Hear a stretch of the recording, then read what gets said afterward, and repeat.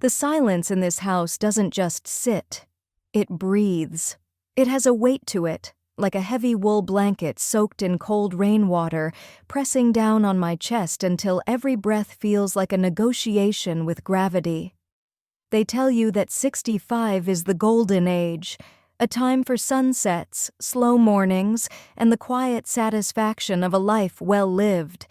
But as I stand here in a kitchen that smells of lemon wax and yesterday's tea, looking at a calendar filled with empty white squares, I realize that no one warns you about the sound of your own heart beating in an empty room. It's the loudest thing I've ever heard. My name is Martha Higgins, and until 3 months ago, I thought I knew what being alone meant. I was wrong. I didn't know anything. If you're watching this video, please like and subscribe now to support me and motivate me to make more such videos. Do let me know in the comments of where you're watching from. The floorboards in my hallway in Oak Haven, Connecticut, have a specific vocabulary.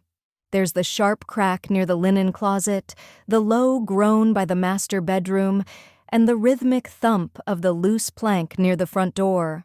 For 40 years, those sounds were the percussion of a busy life. They meant Arthur was home from the firm, or my daughter Sarah was sneaking back in past curfew, or the golden retriever Buster was chasing his tail. Now, those sounds are just echoes of ghosts. Arthur passed away 2 years ago. It was sudden, a heart attack in the middle of a Tuesday, right over his bowl of oatmeal. One minute we were discussing the peeling paint on the garage, and the next, the world had gone silent. I thought that was the peak of loneliness. I thought the grief was the monster. But I was naive. Loneliness isn't the absence of people. It's the presence of being forgotten by the ones who are still here. To understand the depth of this silence, you have to understand how loud my life used to be. Arthur was a man who occupied space. He didn't just walk into a room. He arrived. He was a partner at a mid-sized law firm in Hartford, a man of sharp suits and even sharper wit. Our home was the hub of the neighborhood. We hosted the 4th of July barbecues where the smell of charcoal and expensive steaks wafted over the cedar fences.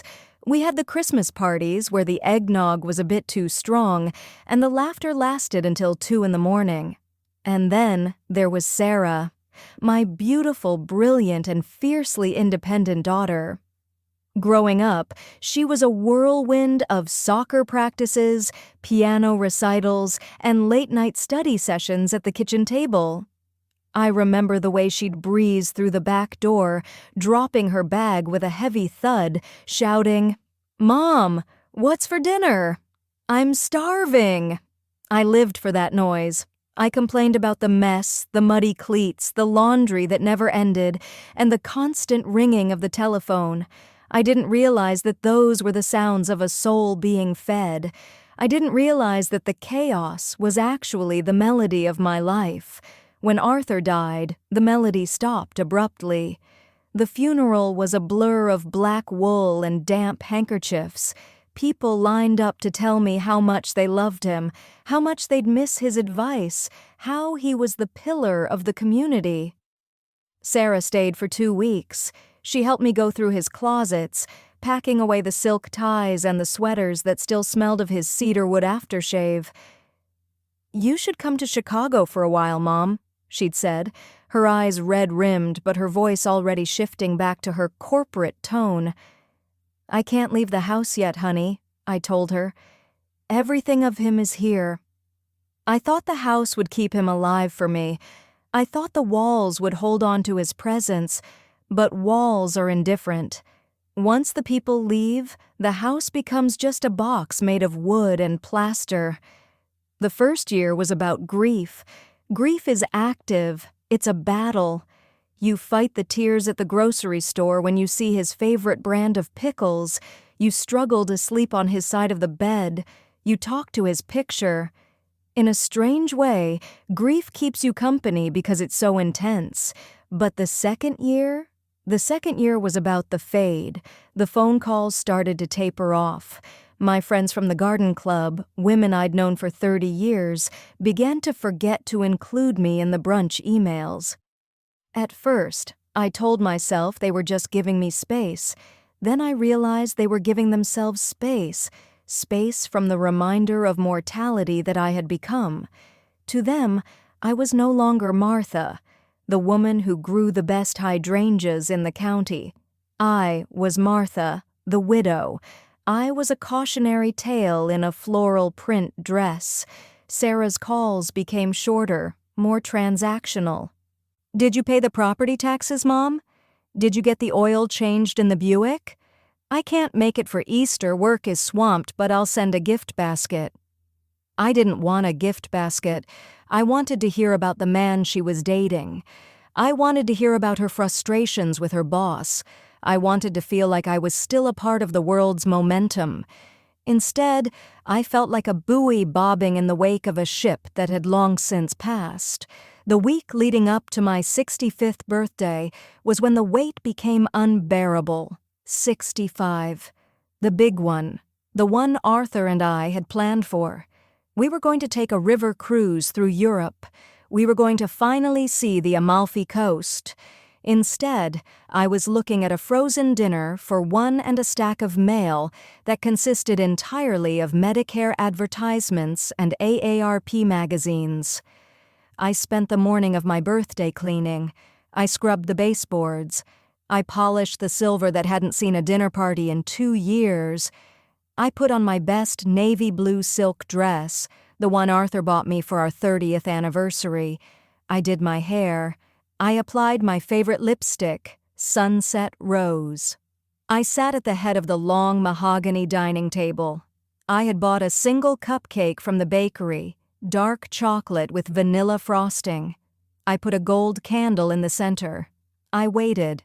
At noon, I thought, maybe Sarah is planning a surprise visit. Maybe she's at the airport right now. At 3 p.m., I thought, the garden club girls will surely drop by with a card. At 6 p.m., the sun began to set, casting long, skeletal shadows across the Persian rug. At 8 p.m., the house was so silent I could hear the ticking of the grandfather clock in the foyer. Tick, tock, you're alone. Tick, tock, no one's coming. My phone sat on the table next to the cupcake. It didn't buzz, it didn't glow. The realization hit me like a physical blow to the stomach. It wasn't just that they had forgotten the date. It was that they had moved on so completely that I didn't even register as a thought in their daily lives. I was a ghost haunting my own dining room. I didn't cry. I think I was past crying. I just stared at the candle. I didn't even light it. I couldn't bear the thought of blowing it out and watching the smoke vanish into the dark. That felt too much like a metaphor for my life. I stood up, walked to the kitchen, and threw the cupcake into the trash. The silk dress felt like a costume, a lie I was telling myself. I went to the bedroom, took it off, and put on my old flannel robe. I sat in Arthur's leather armchair and looked out at the street lights. That was the night I learned what true loneliness really feels like. It's not the absence of sound. It's the absence of meaning. It's the terrifying suspicion that if you simply stopped breathing, it would take weeks for anyone to notice. The next morning, a strange sort of defiance took hold of me. It was born of desperation, a nothing-left-to-lose kind of courage. I walked into the Oak Haven Bank and Trust at 9 a.m. sharp. The teller, a young woman named Brittany who always wore too much eyeliner, smiled at me with that professional kindness that feels like sandpaper. "How can I help you today, Mrs. Higgins?" "I'd like to close the rainy day savings account," I said, my voice steadier than I felt. "Oh, that's a large withdrawal. Would you like a cashier's check?" "No," I said, leaning in. "I want it in cash. Hundreds and fifties." She blinked, her eyeliner smudging slightly. "Ma'am, for that amount, nearly $80,000, we need a bit of notice and I'd have to get the manager." "Then get the manager," I said. It's my money. Arthur and I put it there for a rainy day. Well, Brittany, it's pouring. An hour later, I walked out of that bank with a heavy leather tote bag and a sense of adrenaline I hadn't felt in decades. I didn't go home to pack. I didn't call Sarah to tell her I was leaving. I just got into my Buick, filled the tank at the Texaco, and started driving. I headed north, then east. I didn't want the manicured beauty of the Connecticut suburbs. I wanted something raw. I wanted to be somewhere that matched the jagged edges of my soul. I ended up in Miller's Reach. It's a town that the tourism brochures ignore. It's a place of salt-crusted docks, gray shingle houses, and people who look like they've been carved out of driftwood. The Atlantic there isn't the blue, inviting water of the postcards. It's a churning, iron-gray beast that smells of fish guts and ancient secrets. I checked into the Mariner's Rest. It was a B&B that had seen better days, run by a woman named Clara. She had a face like a topographical map and eyes that didn't blink much. "How long you staying?" she asked, her voice like gravel. "I don't know," I said, "until I run out of money or reason." Clara paused, a half-peeled potato in her hand. She looked at me, really looked at me, and nodded. "Room 4. It has a view of the lighthouse. The foghorn sounds every 20 minutes. Some people hate it. I find it honest." "Honest how?" I asked. "It's a warning," she said. "It tells you exactly where the danger is." For the first week, I was a specter. I sat on the porch of the B&B, wrapped in a heavy wool cardigan, watching the tide come in and out. I ate clam chowder at the local diner where no one talked to me, and I liked it that way. I thought I wanted to be alone. I thought I was embracing my fate. But then I met Caleb. He was working on the docks, hauling crates of ice and lobster traps. He couldn't have been more than 25. He was beautiful in that rugged, unpolished way, sun-bleached hair, a jawline that could cut glass, and eyes the color of a shallow bay. He saw me sitting on a weathered bench near the pier one Tuesday afternoon. I was trying to read a novel, but I kept losing my place, my mind wandering back to the empty dining room table in Connecticut. "That book must be pretty boring, or the ocean is putting on a better show," he said, wiping sweat from his brow with a grease-stained rag. I looked up, defensive. "I'm just enjoying the air." "Air's free," he grinned. "Conversation usually costs a bit more. I'm Caleb." "Martha," I said, closing the book. "Well, Martha, you look like you're waiting for a ship that sailed 40 years ago. My grandma used to sit just like that. She said if you stare at the horizon long enough, you start to see the things you lost." I felt a lump form in my throat. "And did she find them?" Caleb's smile dimmed just a fraction. "She found enough to keep her going. She passed away last winter. Pneumonia. This is the first season I've worked the docks without her waiting for me at the end of the day with a thermos of hot coffee." That was the hook. He spoke of loss with such casual, heartbreaking familiarity. Over the next few days, Caleb became my shadow. Or perhaps I became his. He would find me on the porch or at the diner, and he would talk. He told me about his life in Miller's Reach. He talked about his mother, a woman who had too much lightning in her blood and had left when he was a toddler.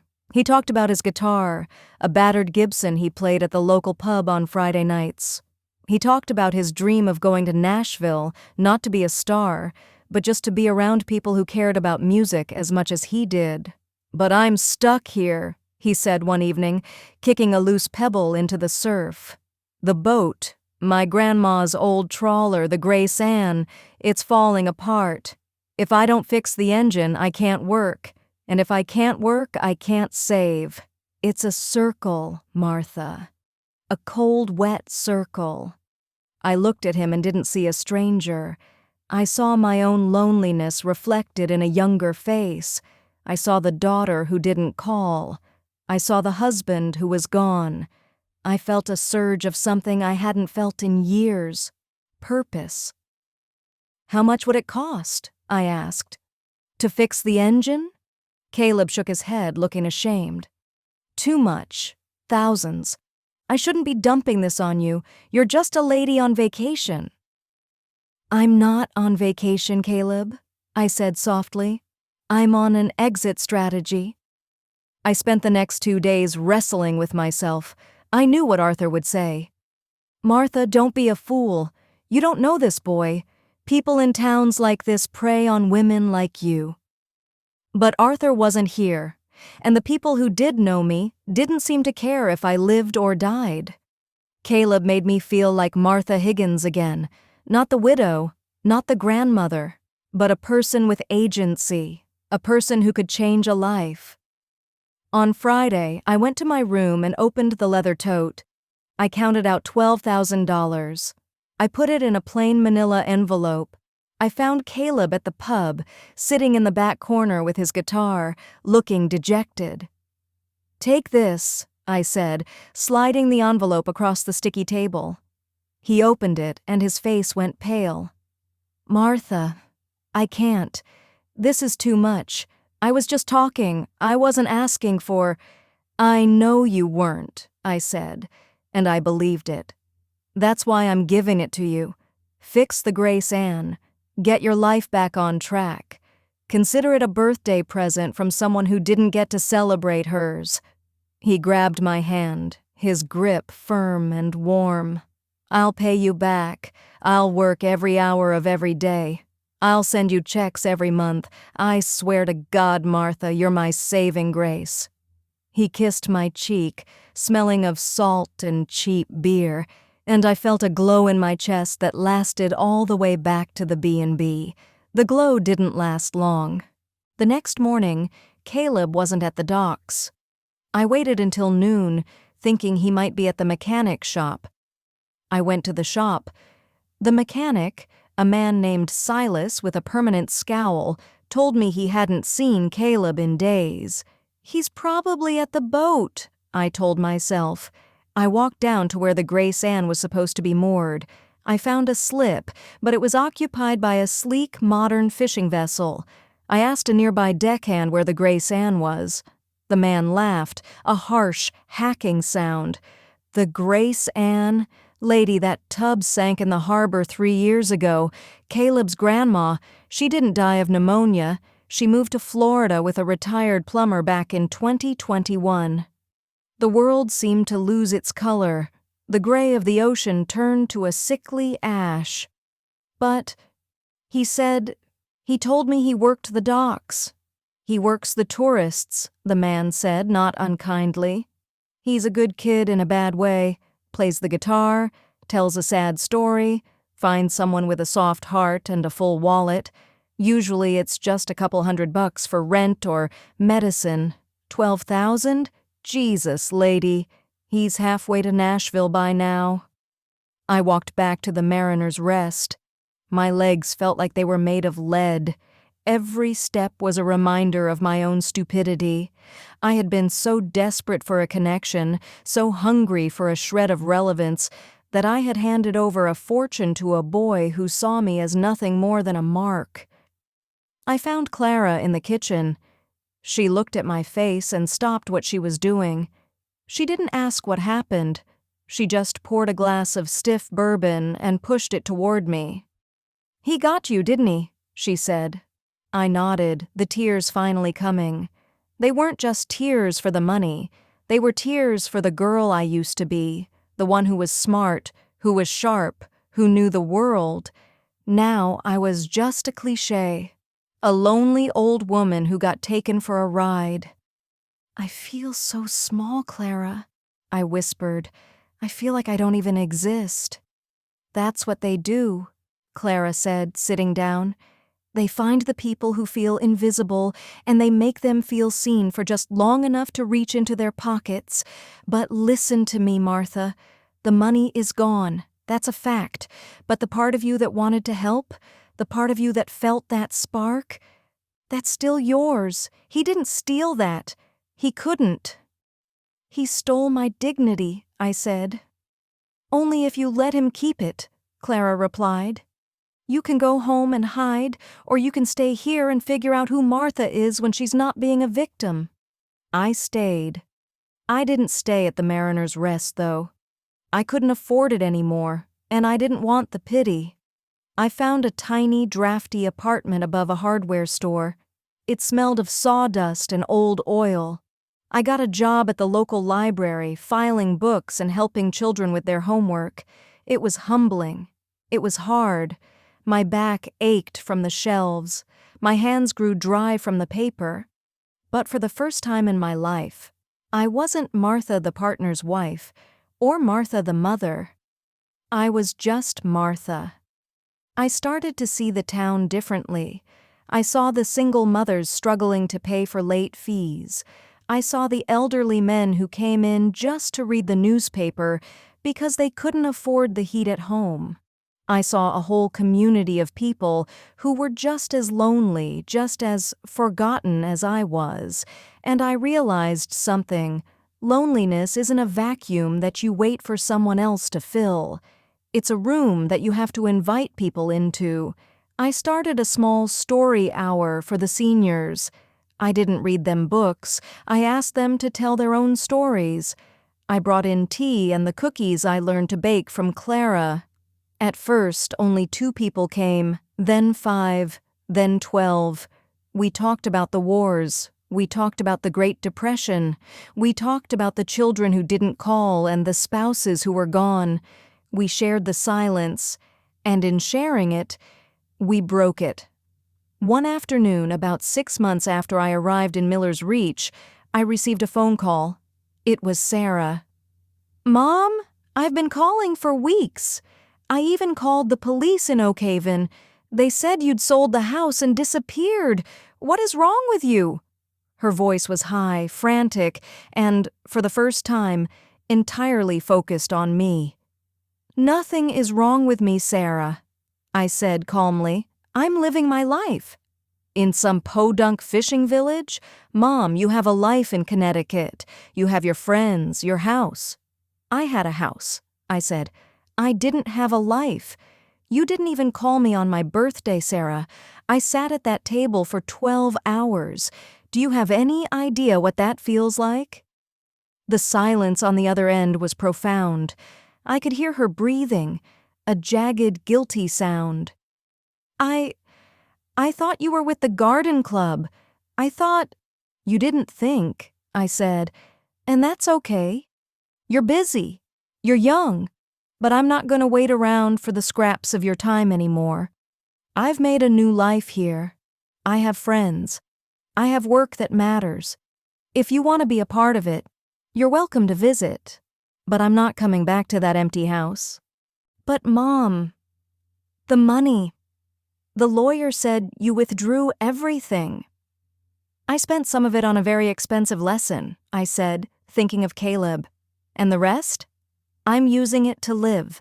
For the first time in 65 years, I'm actually living." Life in Miller's Reach wasn't a fairy tale. The winters were brutal.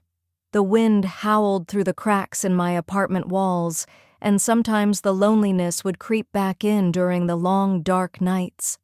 One night, in the middle of a January nor'easter, I saw a familiar face at the library.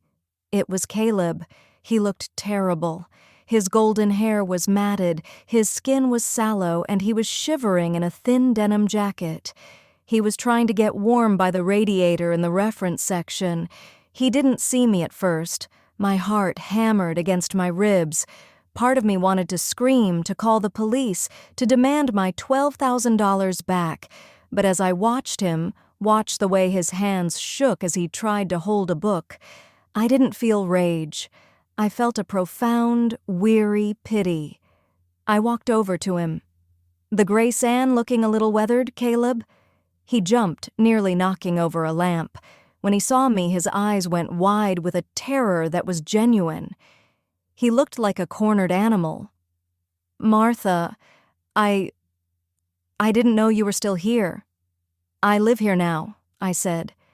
He looked down at his boots, which were literally falling apart. I'm sorry. I know that doesn't mean anything. I used the money. I didn't go to Nashville. I went to a needle. I'm a piece of work, Martha. You were right to hate me. I don't hate you, I said, and to my surprise, it was true. Hating you would require me to give you more of my energy, and I've already given you enough. But I am curious, was any of it real? The story about your grandmother? The music? Caleb looked up, and for a second, I saw the boy I'd met on the docks. The music was real. The rest was just what I had to say to survive. I'm a ghost, Martha, just like you were when you got here. I'm not a ghost anymore, I said. I reached into my purse. I didn't have much, just my wages from the library. I pulled out a $20 bill. This isn't a gift, I said, pressing it into his hand. And it's not for drugs. There's a shelter 2 blocks over. They have a bed and a hot meal. If you go there, and if you stay clean for a week, come back and see me. I'll give you a job stacking books. But if I see you high, or if you try to con one more person in this town, I will personally make sure you never see the sun from anything but a prison yard. Caleb stared at the 20. He looked at me, and I saw a flicker of something, hope, maybe, or just the shock of being treated like a human being after so long. Why? He whispered. Because someone once told me that the only way to kill the silence is to find someone to share it with, I said. And because I'm 66 years old, and I'm too tired to be bitter. Caleb didn't come back after a week. He didn't come back after a month. I thought I'd lost another $20 to a ghost, but 3 months later, a package arrived at the library. Inside was a battered Gibson guitar. There was no note, but on the headstock someone had carved the words, "For the Grace Ann." I don't play guitar, but I keep it in my living room. It's a reminder that even the most broken things can still have a voice. 2 years have passed since I left Oak Haven. I am 67 now. Sarah did come to visit. She stayed for a week last summer. It was awkward at first. She was shocked by my small apartment, by my blue-collar friends, by the way I didn't talk about Arthur every 5 minutes. But by the 3rd day, something shifted. We went for a walk on the beach, the same beach where I used to sit and feel invisible. "You seem tougher, Mom," she said, watching a seagull dive for a fish. "Less like you're waiting for something to happen." "That's because I'm the one making it happen now," I told her. We talked, really talked about her father. We talked about her fears of failing in her career. We talked about the fact that she was lonely too, in that glass tower in Chicago, surrounded by people but disconnected from everything. When she left, she didn't just give me a polite hug. She held on to me like she was afraid I'd disappear. "I love you, Mom," she whispered. "I'm sorry I forgot." "I love you too, Sarah. Just don't forget yourself." I still live in Miller's Reach. I'm the head librarian now. I still host the story hour, which has grown so large we have to meet in the town hall. I'm known as the woman who doesn't take any nonsense but always has a spare key and a warm pot of tea for anyone who needs it. I learned what true loneliness feels like at 65. I learned that it is a cold, dark, and terrifying place, but I also learned that it is a choice. You can let the silence consume you, or you can use it as a canvas to paint a new life. Loneliness isn't about being alone. It's about the walls we build around ourselves to protect us from being hurt. But those walls also keep out the light. They keep out the connection. They keep out the mess and the noise and the beautiful, chaotic reality of being alive. I'm not rich anymore. My bank account is a fraction of what it was when Arthur was alive. My rainy day fund is mostly gone, but my life is wealthier than it has ever been. Every morning, I walk down to the docks. I breathe in the salt air. I listen to the foghorn. I watch the tide. I don't look for ghosts anymore. I look for the living. I look for the people who are struggling, the ones who are hiding, the ones who think they've been forgotten. And I tell them my story. I tell them that it's never too late to start over. I tell them that 65 isn't the end. It's just the beginning of a different chapter. I tell them that the silence can be a friend if you know how to talk back to it. The floorboards in my apartment in Miller's Reach have their own vocabulary, too. There's a squeak by the window, a rattle by the heater, and a soft thrum when the wind hits the side of the building. To anyone else, it might just be the sounds of an old building. To me, it's the sound of a life being lived on my own terms. I am Martha Higgins. I am 67 years old. I have been betrayed, I have been heartbroken, and I have been forgotten. But I have also been redeemed. I have found my voice in the salt air and the gray waves. I have found my purpose in the stories of strangers. And most importantly, I have learned that as long as I am breathing, I am never, ever truly alone. The sun is setting now over the Atlantic. The sky is a riot of orange, pink, and deep, royal purple. It's a beautiful sunset, but I'm not just watching it. I'm getting ready for the night. I have books to read, tea to brew, and a world that is waiting for me to wake up tomorrow and be a part of it again.